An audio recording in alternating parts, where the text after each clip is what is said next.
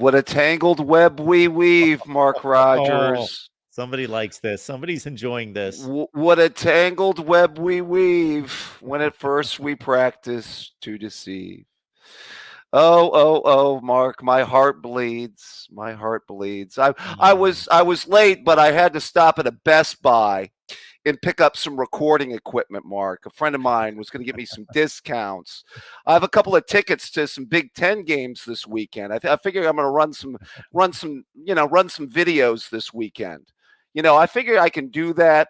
Stand next to the offensive coordinator and the defensive coordinator in the biggest game of the year and whisper sweet nothings in their ear, during that game. And you know what? Nothing to see here. Nothing to see here. Nothing to see here. Perfectly legal, above board. Right, Mark? Oh man, you just gave me a clip right there. We can just Huh? clip that off.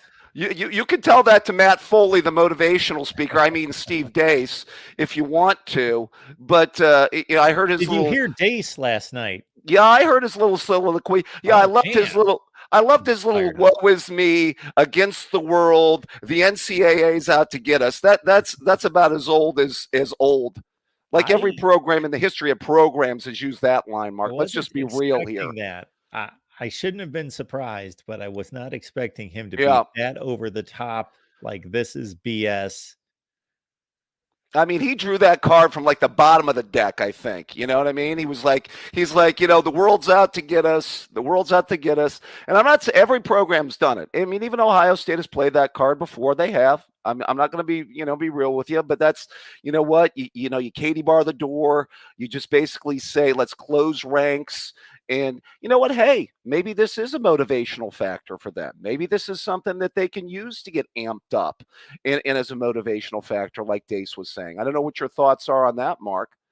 There was one aspect of this that I didn't get to yesterday because he opened the Michigan podcast today, the segment that he brought me in, and he said, "Folks, you may want to check it out." Mark and I had a discussion, and we traded comments on the scandal, and I threw up my hand and I said, "Steve, that was no discussion. That was not a No. discussion, and we were not trading." Points back and forth. I said that was your rant completely, and he's like, fair enough. And Yeah.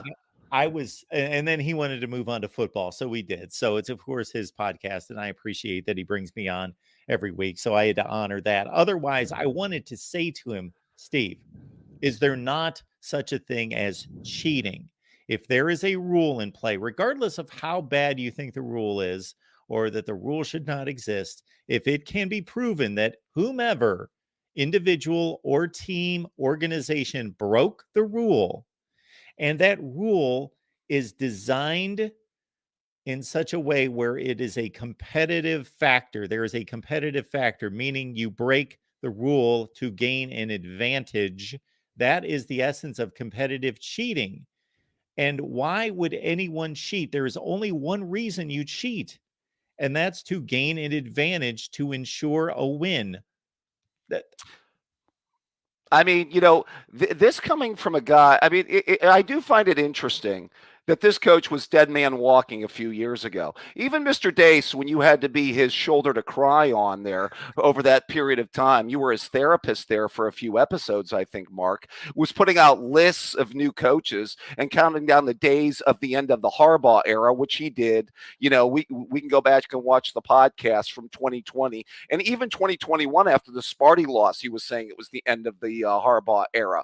So, I mean, I find it interesting. Now, I'm not going to say that this, with or without this cheating, who knows if the game goes differently. I'm not saying that.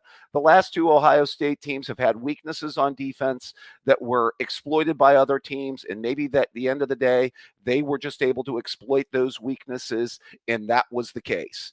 But Mark, I mean, there's all the underpinnings here of it looks like a duck, it walks like a duck, it quacks like a duck, Mark. I mean, the rest of the saying.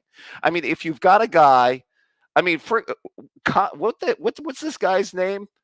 What is it? Stallion? Conor Stallion? Conor Stalions. Jeez, I thought that was. I thought he was in Boogie Nights or something. I don't know what's going on there. Is that like Dirk Diggler's brother or something? Conor Stallion. Conor the Stallion. Give me a break. I mean, what is going on here?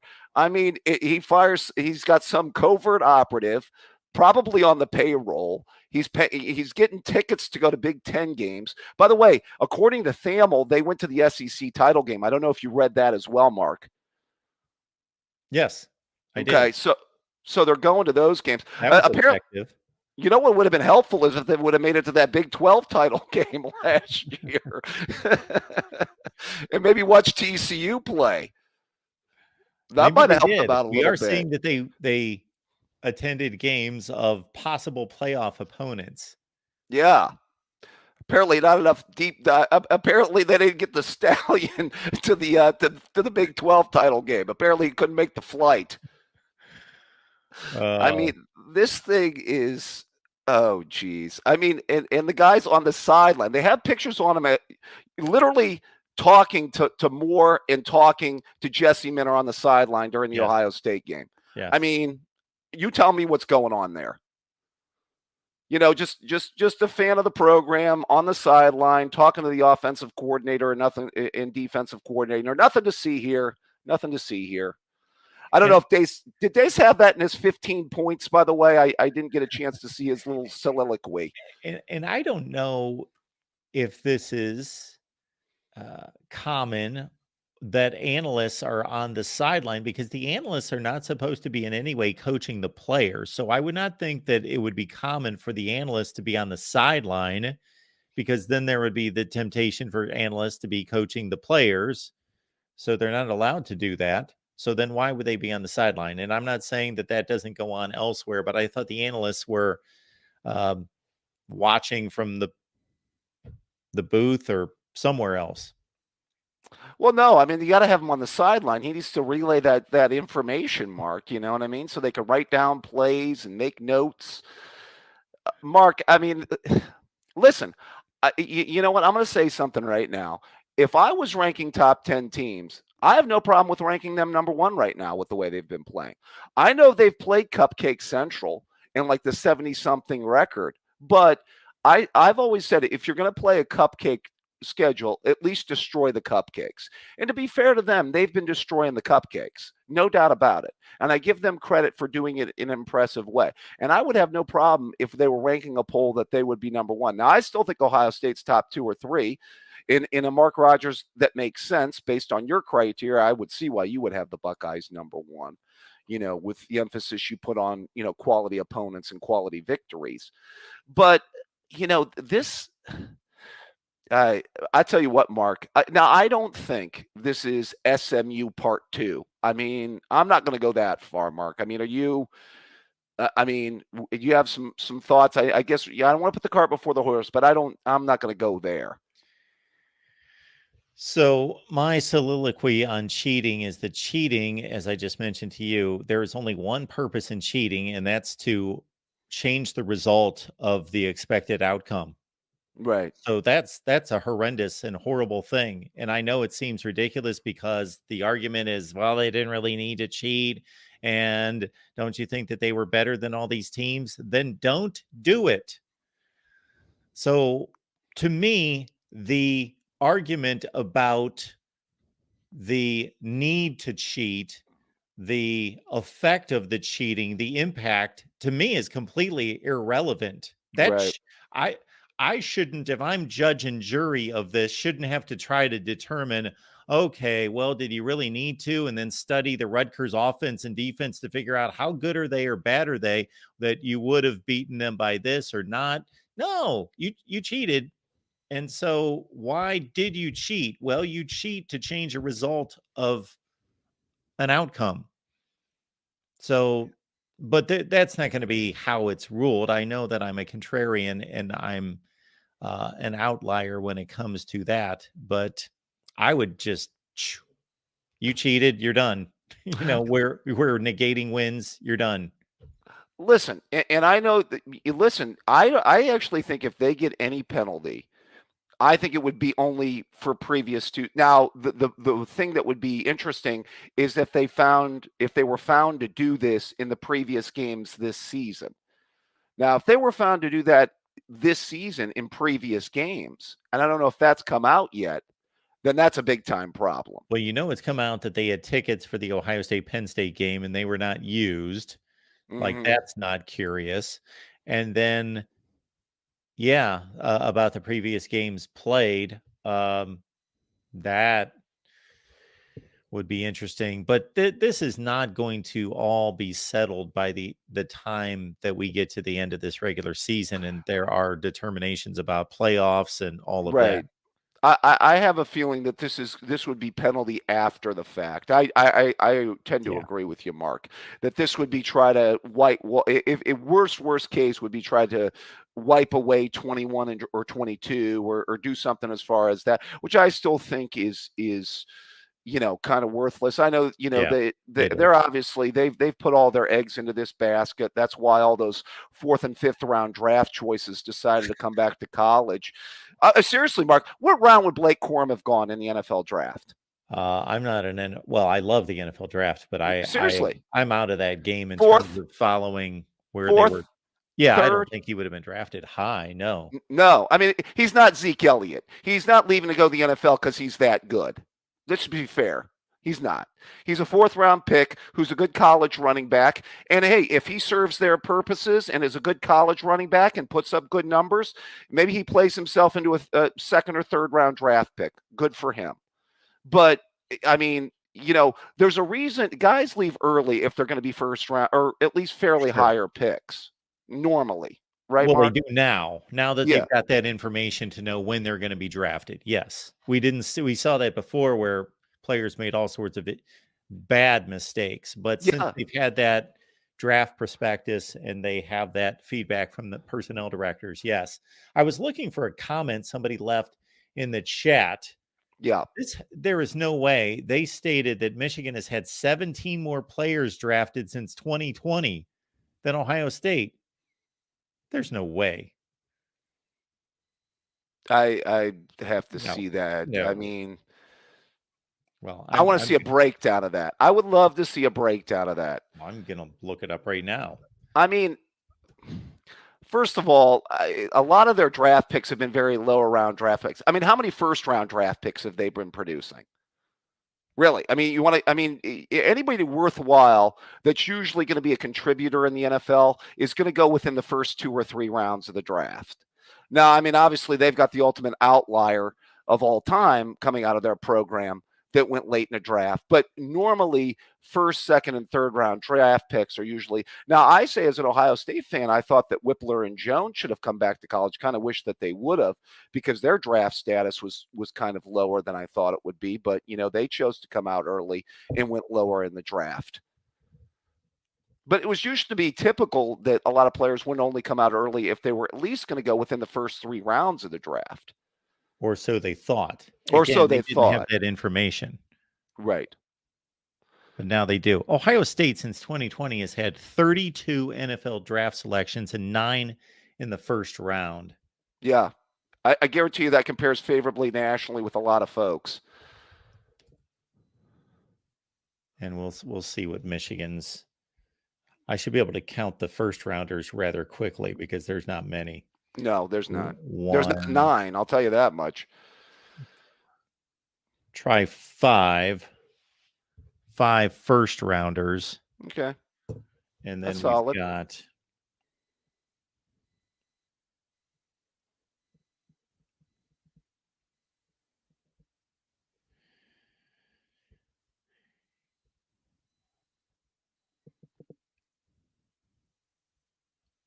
it's an exact tie with 32.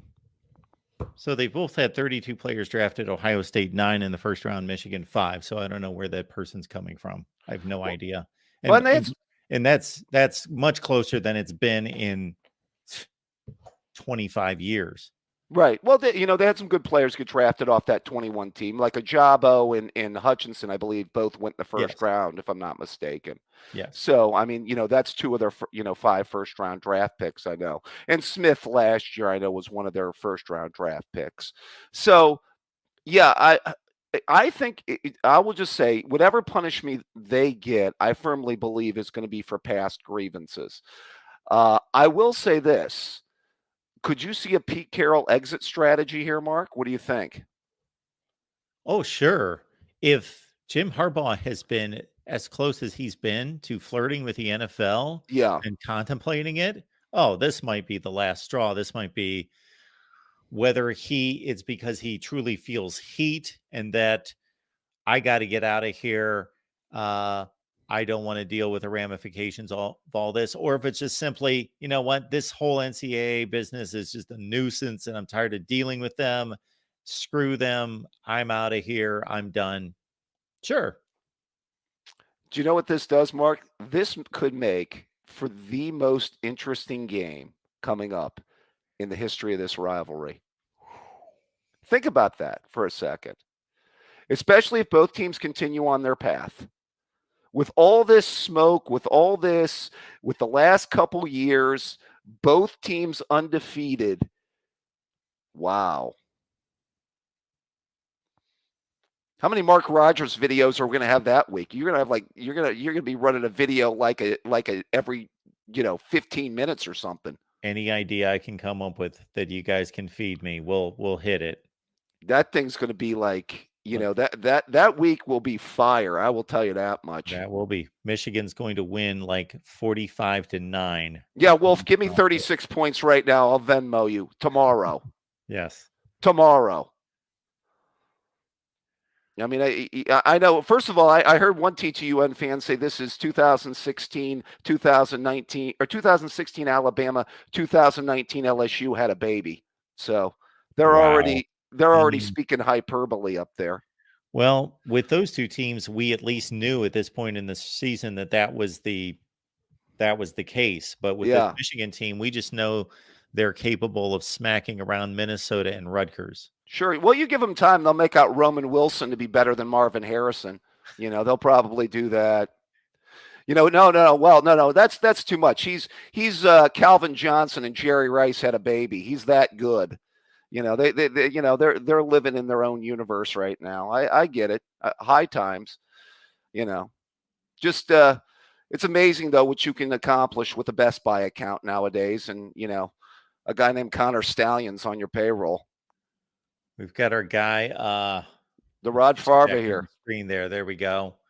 Most NFL players by school: Bama, Ohio State, LSU, Georgia, Florida, Michigan, Notre Dame, Penn State, Clemson, OU, Texas, UCLA is always a surprising one, and Iowa. Yes. And as I've always said, Ohio State's produced the most first-round draft picks in the history of college football. Yes. Now, I can also say that as an indictment, and people would always swing that back on me and says, well, you should have won more. And I'd be the first to say we should have won more with all those first-round draft picks. That's kind of our wont for a number of years. But, boy, you know what? I think that a November 25th date is going to be awfully interesting coming up this year, Mark. Well, it always is, but you are right. For you folks that get into drama and allegations and all that, yes, this will fuel the fire. This will fuel the fire. I don't know, how can the intensity of this matchup, especially between the fan bases, Yeah. get any hotter? Well, especially with it being, Harbaugh's last game in Ann Arbor, I think it would maybe, offer them a motivational factor going into that game. You know what I mean? Probably get them really fired up and amped up. So, like I said, I'm not what Dace was saying about this being like a rallying cry and a motivational factor for them. I don't doubt that. I don't doubt that for 1 second, that this becomes like something that they can kind of, rally around. Yes, Michigan against the world. Yeah, like that's not a common refrain for like every program. If I had a nickel for every time a college football program played the disrespect card, I'd be Jeff Bezos, or something. Yes, well, Michigan has not been in this position for forever. Yeah, and it's hard. Their fan base act like you've been there before. Well, I'm sorry, you haven't been there before, so you don't know how to act like it, I guess. Such is the case. Yes. I, of course, have to reserve to a certain extent here, David, because we have a large Michigan contingent. We've got to be good to our customers. So I've heard, Mark. So I've heard. Too many kids dropped on their heads as children in this chat. That's all I know, Mark. I don't know if that was your experience in high school. We had way too many Michigan fans in my high school. I was like, what is wrong with these people? Well, listen, you know, like in that time frame of Yes. like, because I'm 46, it was like that late 80s, early 90s Yeah. time frame. They were hot. You know, they had the Fab Five. Well, oh, how'd that work out for you? They were doing wrong things too, I guess. But you know, and as a program, see, Dace asked that question once. When was the last time the team up north was ahead of Ohio State as a program? And that's simple. The first 5 years of the John Cooper era. Yes. Yeah, I mean from 88 to 92. You know. Yes. 92. Exactly. That's the last time that now Michigan fans will come back and say, well, we had a better record this year. But no, as a program, the last time that Michigan was clearly ahead of Ohio State was the season that culminated with a great tie, Yeah, Gordon 10-10 Key tie. called it the greatest 10, victory in it. 13-13. Yes. The Yeah. great. Oh, that was. Oh, that Was that horrible or what? just a gut punch. That just was just a pit in my stomach. That this guy would be this flimsy and this much of a wuss to be happy with a tie. Yeah. Kirk Herbstreit and Robert Smith couldn't quite pull it out in the fourth quarter. No. Yeah. Kirk Herbstreit walked off that field. He was bawling his eyes out. Yeah. I still wonder if Cooper would have lost that game and gone 0 for 5. I always felt he was very close to the axe coming. Mm-hmm. I still don't think if he would have gotten that victory in 94, which was his first win, he might have gotten the axe. Yeah, that might have done it because they were embarrassed at Penn State, of course. Mm-hmm. And that was really the game that saved that season, even though it was an ugly record. 9-4. Yep. And they blew the game against Alabama, there's another bowl game in which an Alabama team that came within 1 point of playing for the national championships playing Ohio State. It was a 3-loss team. Yeah. Yeah. So, yeah, those were the days. I think it's going to be an interesting. I think this thing just carries on, though, Mark. I mean, just your bottom line. You think this carries on for a while, and it just, we get more and more stuff, or I don't know what your inclination on how this looks moving forward. Yeah, I don't think in any way that we're going to be at a conclusion to this by the end of the season. Well, yeah, I don't think so. I don't believe so. No. It will be interesting to see the new information that comes out moving forward here. Yes. So, hey, if you could ever get one last thing, try to get an exclusive with Conor Stalions. See if you can't get him on the show.